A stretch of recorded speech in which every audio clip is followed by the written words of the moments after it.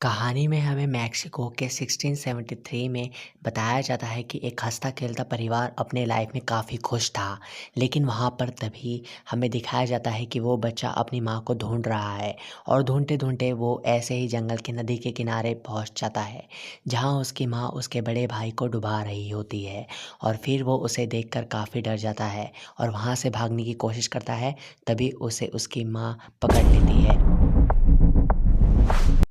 और फिर हम देखते हैं लॉस एंजेलिस 1973 में एना नाम की एक औरत अपने बच्चों के साथ आराम से ज़िंदगी बिता रही है। लेकिन उसके पति जो कि पुलिस में थे वो अब मर चुके हैं और यहाँ पर वो अकेले ही अपने बच्चों की परवरिश कर रही है। तो इसी तरह से वो एक सेक्टर में जॉब करती है जो कि डिपार्टमेंट ऑफ सोशल सर्विसेज है। यहाँ पर बच्चों के ऊपर किया जा रहा वायलेंस के ऊपर निगरानी की जाती है कि बच्चों की परवरिश अच्छी तरह से हो रही है या नहीं। तभी हम ऑफिस में देखते हैं कि एना के हाथ से एक प्रोजेक्ट को वो दूसरे किसी हाथ को दे देते हैं, यानी कि उसके हाथ में जो अभी तक केस चल रहा था पेट्रिशिया नाम की औरत का, वो अब वो किसी और लड़की को देने जा रहे हैं। लेकिन एना कहती है ऐसा क्यों कर रहे हो? तो वो कहते हैं कि तुम्हें पहले ही काम का काफ़ी प्रेशर होता है और तुम अकेले ही अपने घर की जिम्मेदारियां भी संभालती हो, तो तुम अब इस केस को छोड़ दो और ये केस मैं किसी और को दे देता हूँ। लेकिन वो उससे मना करती है। वो कहती है कि मैं पेट्रिशिया को अच्छी तरह से जानती हूँ, मैंने उसके बच्चों को भी देखा है, तो वो मुझ पर भरोसा भी करती है, तो ये केस मेरे हाथ में ही रहने दो, मैं ही इसे हैंडल करूँगी। तो फिर बॉस के सामने ऐसी बात कहने के बाद वो उसे इसे दे देते हैं और पेट्रिशिया से मिलने के लिए कहते हैं। और लेकिन उसको उसके साथ मिलने से पहले उसे पुलिस वालों को भी साथ में ले जाना होगा, ऐसा भी वो कहते हैं। फाइनली एना को वो केस फिर से मिल जाता है। यहाँ वो पेट्रिशिया के घर जाती है, उसके साथ एक पुलिस वाला होता है और पेट्रिशिया उन्हें आने से मना कर देती है। लेकिन उसे एना कहती है कि मैं अकेले ही आपके कमरे में आऊँगी, और पेट्रिशिया के घर वो इसलिए गई है क्योंकि उसके बच्चे काफ़ी दिनों से स्कूल नहीं गए हैं। तो आखिरी में मसला क्या है ये जानने के लिए एना उसके घर जाती है। वहाँ वो कहती है पेट्रिशिया कि उसके बच्चे सेफ है। तो एना उसके घर में एक डोर देखती है जिसमें काफ़ी सारे आइज़ बनी होती है और उसे वो खोलने की कोशिश करती है। उस पे पेट्रिशिया गुस्सा हो जाती है और उसे मारने की भी कोशिश करती है। तभी वहाँ पुलिस वाला आकर उस एना को बचा लेता है और फिर वो पेट्रिशिया को छीनकर दूसरी जगह ले जाता है। फिर यहाँ पर उससे वो की ले लेती है एना और उस डोर को खोलने लगती है, जिसके अंदर पेट्रिशिया के 2 बच्चे होते हैं और वो कहते हैं कि वो हमें मार देगी। अब एना को समझ नहीं आता कि उन्हें मारेगा कौन? उन्हें लगता है कि वो पेट्रिशिया के बारे में बात कर रहे हैं, लेकिन तभी वो उनके हाथों पर देखती है तो एक जलने के निशान भी उनके हाथों पर मौजूद होते हैं। अब यहाँ पर वो उन्हें अपने सेक्शन में लेकर चली जाती है और वहाँ पर उन्हें वो एडमिट कर देती है, यानी कि वो अंडर में ले लेती है उन सर्विस के। और फिर अब ये उनके साथ रहने लगते हैं और वो कहते हैं कि वो हमें मार देगी।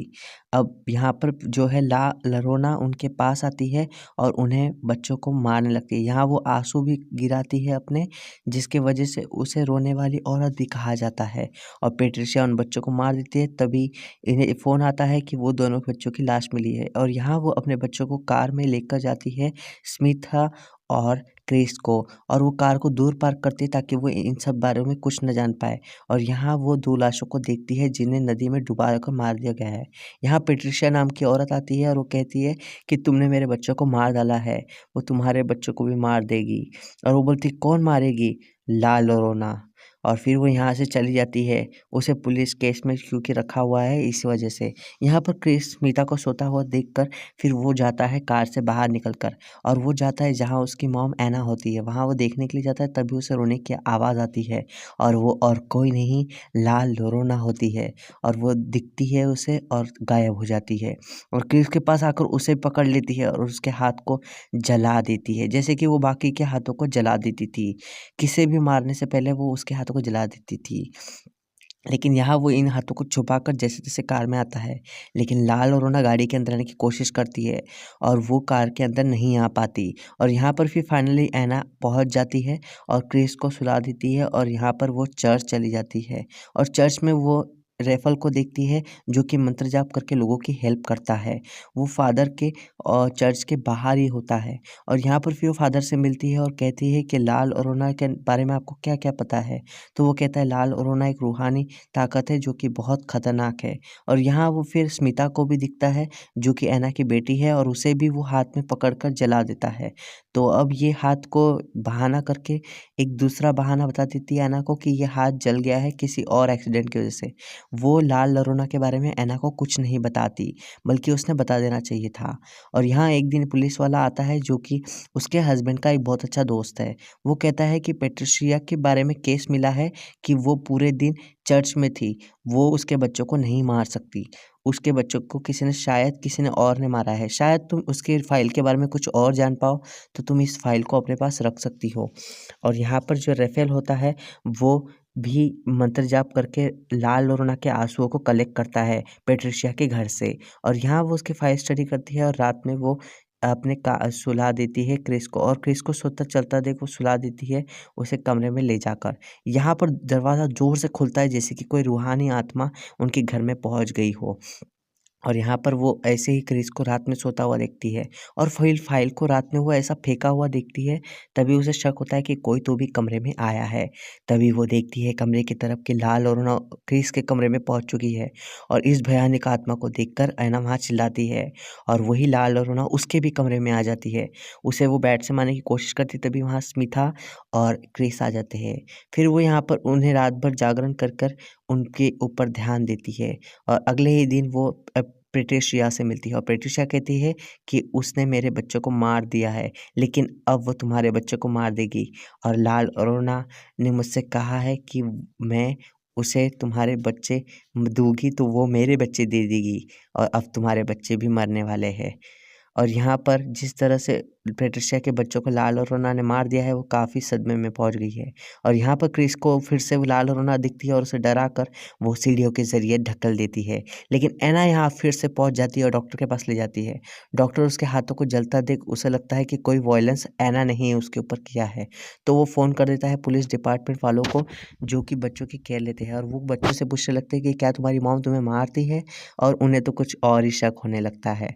और यहाँ पर क्रिस और स्मिता काफ़ी परेशान होते हैं, और फिर से क्रिस बताता है कि लाल और रूना ने ही उसे जलाया था उसके हाथों को, और अब वो सारी बात बता रहा होता है।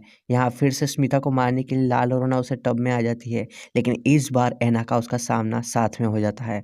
और यहाँ पर ऐना फाइनली अपने बच्चों को लेकर चर्च में चली जाती है, और वो फादर से पूछती है कि क्या इसका कोई सॉल्यूशन है। तो फादर कहता है जब मैंने वो एनाबेला नाम की एक डॉल थी, वो काफ़ी खतरनाक थी। इसी तरह से ये रूहानियत पे काफ़ी खतरनाक होती है।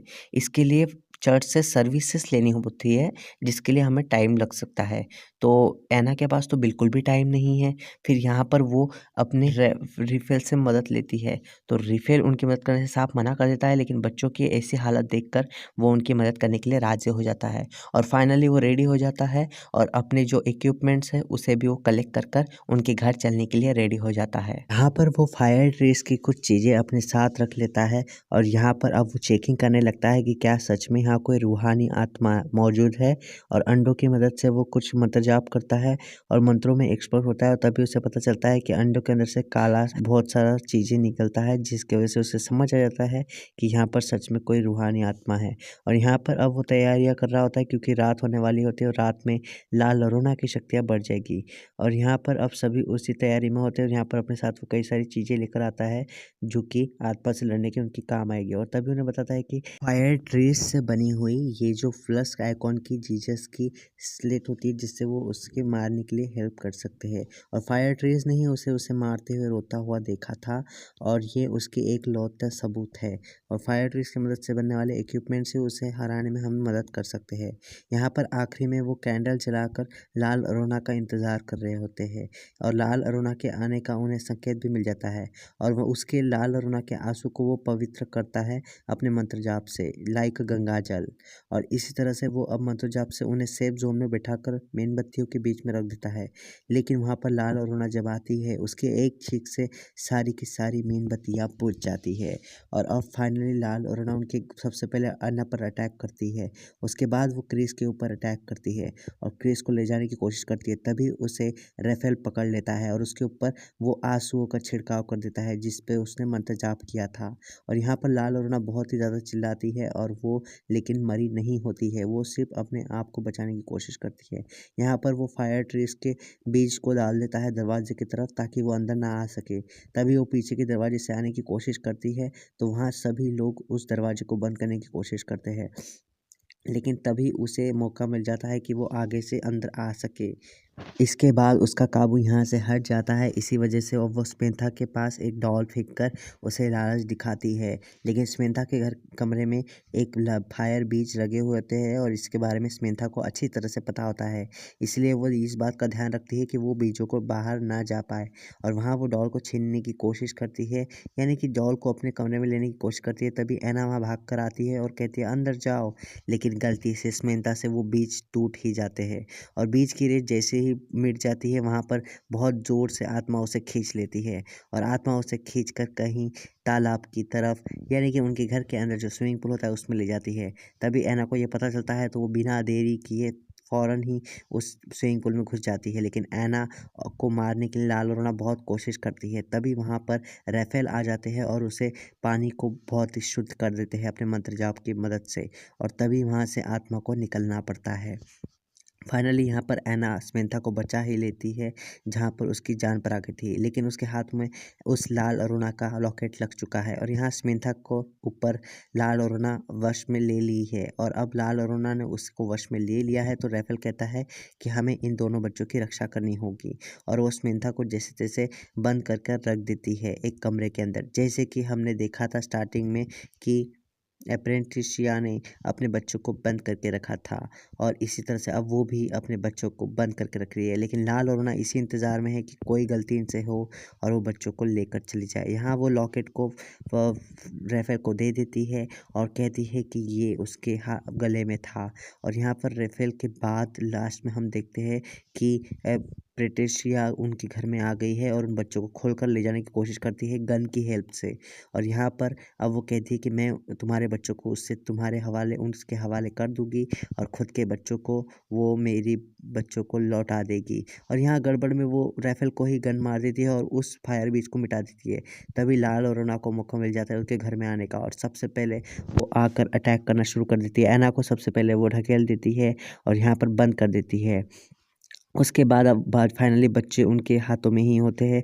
तो अब वो बच्चों को सबसे पहले क्रिस उसका लॉकेट पकड़कर स्मिता को लेकर ऊपर की तरफ भागता है और फाइनल सीन में हम देखते हैं कि अब लाल अरुणा उनके पास आ रही है और यहाँ पर क्रिस के पास और कोई ऑप्शन तो होता नहीं है, तो वो उसे उसका लॉकेट दिखाता है और उसका लॉकेट जब लाल अरुणा देखती है तो एक नॉर्मल सी लड़की बन जाती है, क्योंकि स्टार्टिंग में उसे उसके बच्चे की याद आती है जब उसके बच्चे ने उसे ये लॉकेट दिया था और अब वो एक अच्छे रूप में आ जाती है। लेकिन थोड़ी देर के बाद पेट्रिशिया को भी उस पर रोना आता है, क्योंकि वो ऐना को जाकर खोल देती है। उसे लगता है कि लाल अरुणा उसके बच्चों को नहीं लौटाएगी और वहाँ पर राफेल भी आ जाते हैं और यहाँ पर लाल अरुणा उसे बहुत ही ज़्यादा प्यार जता रही होती है। तभी वहाँ का जो आईना होता है वो खुल जाता है और लाल अरुणा अपना चेहरा आईने में देखकर उसे पता चलता है कि वो तो एक भूत है और यहाँ पर फिर वो फिर से चिल्लाने लगती है और राफेल पे भी हमला करती है और इसी गड़बड़ में फिर वो ऐना के पास चले जाते हैं और यहाँ अब लाल अरुणा उनके पास जा ही रही होती है। तभी राफेल उन्हें वो फायर ट्रिस से बना हुआ जीसस का एक औजार दे देते हैं, जिसे वो उसके सीने में डाल देती है और इसी वजह से लाल अरुणा मर जाती है और यहीं पर कहानी का एंड हो जाता है। तो होप आप लोगों को ये कहानी काफ़ी अच्छी लगी होगी। मेरी हॉरर स्टोरी में ऐसी कई सारी कहानियाँ हैं, तो प्लीज़ जाकर उन्हें देखें और इस वीडियो को लाइक करना ना भूलें।